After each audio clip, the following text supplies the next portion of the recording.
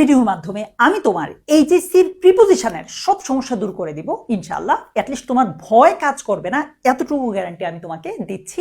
পাশাপাশি এই ভিডিওর শেষে আমি তোমাকে এমন কিছু জিনিস দিব প্রিপোজিশনের, যেটা তোমার এইচএসসি লাইফের জন্য এনাফ। আচ্ছা, প্রিপোজিশন পরীক্ষায় কিভাবে আসে? দুই টাইপের প্রশ্ন হয় প্রিপোজিশনে নর্মালি। নাম্বার ওয়ান, প্রিপোজিশনের বেসিক যে রুলগুলো আছে, ইনের ব্যবহার, অনের ব্যবহার, এটের ব্যবহার, তারপর অ্যাবাউট ব্যবহার, এগুলোর যে ব্যবহার আছে এগুলো থেকে প্রশ্ন আসে। নাম্বার টু, অ্যাপ্রোপ্রিয়েট প্রিপোজিশন থেকে প্রশ্ন আসে। এসএসসিতে অ্যাপ্রোপ্রিয়েট প্রিপোজিশন থেকে একটু কম প্রশ্ন আসলেও এইচএসসিতে বেশিরভাগ প্রশ্ন অ্যাপ্রোপ্রিয়েট প্রিপোজিশন থেকে আসে। অ্যান্ড এটার পরিমাণটা আস্তে আস্তে বাড়ছে। আর এটা যে শুধু এইচএসসিতে এমন না, এডমিশনেও সবচেয়ে বেশি প্রশ্ন আসে এই অ্যাপ্রোপ্রিয়েট প্রিপোজিশন থেকে। সো আমি আজকের এই ক্লাসে তোমাকে 2025 সালে আসা সবগুলো অ্যাপ্রোপ্রিয়েট প্রিপোজিশনের বাংলা অর্থ এবং একটা সেন্টেন্স সহ বুঝিয়ে দিব। তোমার কাজ হচ্ছে প্রিপোজিশনের বেসিক যে রুলগুলো থাকবে ওইগুলো তো শিখা, পাশাপাশি আমি এই স্লাইডটাতে তোমাকে যতগুলো অ্যাপ্রোপ্রিয়েট প্রিপোজিশন দিব এগুলোতে বোঝার কিছু না, একটু মুখস্থ করে ফেলবা। এগুলো মাস্ট মুখস্থ করবা। প্লাস তুমি যদি এইভাবে ধরো 2016 সাল থেকে নিয়ে 2025 সাল পর্যন্ত সবগুলো বোর্ডের অ্যাপ্রোপ্রিয়েট প্রিপোজিশন মুখস্থ করে ফেলতে পারো, তোমার পরীক্ষায় মোটামুটি যতগুলো অ্যাপ্রোপ্রিয়েট প্রিপোজিশন আসবে তার মধ্যে 90% এখান থেকে আসবে। আর আমি তোমাকে ওই ফাইলটা দিতে চাই, মানে এই সবগুলো বোর্ডের প্রশ্নের একসাথে করে অ্যাপ্রোপ্রিয়েট প্রিপোজিশন পার্টটা আলাদা করে আর কি আমি তোমাকে এটা দিতে চাই। সেটা কিভাবে ভিডিওর শেষে বলছি। চলো আমরা এগুলো একটু শিখি। 2025 সালে এই প্রশ্নগুলো আসছে, সবগুলো বোর্ডের প্রশ্ন। অ্যাবজর্ভড এটার সাথে প্রিপোজিশন হিসেবে কি বসে? ইন বসে। অ্যাবজর্ভড ইন মানে কোনো কাজে গভীরভাবে মগ্ন থাকা। যেমন he is absorbed in reading a book. সে বই পড়ার মধ্যে, মানে একটা বই পড়ছে, গভীরভাবে নিমজ্জিত বা মগ্ন হয়ে। তারপর অ্যাড টু, কোনো কিছু যোগ করা বা বাড়ানো। Please add some sugar to my tea. All around চারপাশে বা সর্বত্র। There were trace all around the house.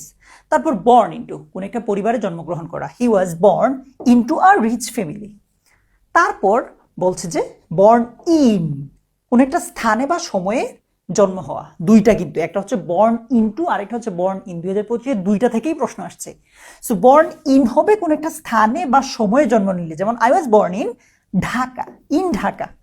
কিন্তু আবার যদি কোনো একটা পরিবারে জন্ম নেয়, he was born into a rich family. একইভাবে বেসেট বাই মানে হচ্ছে সমস্যায় জর্জরিত। The project was beset by difficulties, বিভিন্ন সমস্যায় জর্জরিত। তারপর কি বলছে যে ব্রিং অন, ডেকে আনা বা ঘটানো। Stress can bring on a headache. Stress মাথা ব্যথা ডেকে নিয়ে আসতে পারে যদি একদম আক্ষরিক অর্থ করি। তারপর ডিপার্চার অফ, প্রস্থান বা ছেড়ে যাওয়া।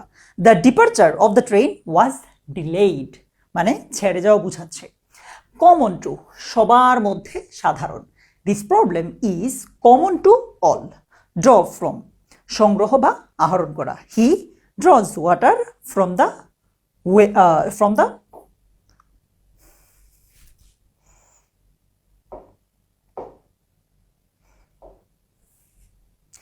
ড্র ফ্রম, সংগ্রহ বা আহরণ করা, যেমন he draws water from the well. তারপর ডেডিকেটেড টু মানে উৎসর্গ করা। He dedicated the book to his mother ended, নির্দিষ্ট পরিণতি শেষ। All his efforts ended in failure, মানে সে যা পরিশ্রম করছে সব ব্যর্থতায় পর্যবসিত হয়েছে। তারপর এন্ডেড উইথ, কোনো গুণে গুণান্বিত হওয়া। স্কেপ ফ্রম, পালিয়ে যাওয়া বা রক্ষা। ফাইট এগেইনস্ট, কারো বিরুদ্ধে লড়াই করা। ফন্ড অফ, পছন্দ বা প্রিয় হওয়া। গুড এট, কোনো বিষয়ে দক্ষ হওয়া। গ্রেস অফ, দয়া কিংবা কৃপা। এরপর লে ডাউন, শুয়ে পড়া বা রাখা। লাই অন ইন কিংবা ইনটু, এটার মানেও শুয়ে থাকা বা অবস্থান করা। লুক ফর, খোঁজাখুঁজি করা। মেজার্ড বাই, পরিমাপ বা মূল্যায়ন। মেজার্ড ইন, একক দিয়ে পরিমাপ। মোর্ন ফর, শোক প্রকাশ করা।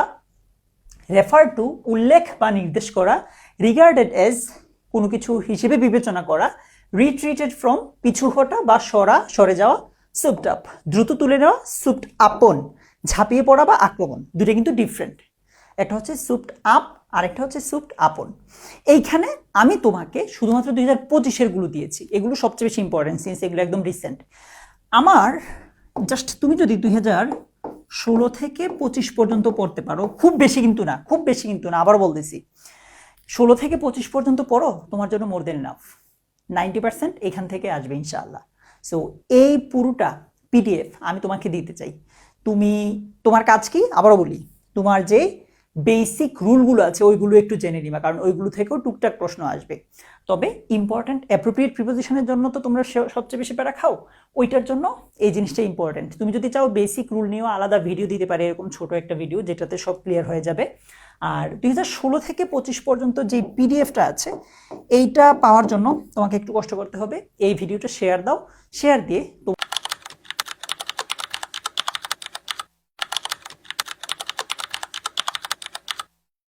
আমার টিম তোমাকে পিডিএফটা পাঠিয়ে দিবি 2016 থেকে 25-এর। ঠিক আছে, তোমার সাথে দেখা হবে পরে কোনো একটা ভিডিওতে, এন্ড বেস্ট অফ লাক।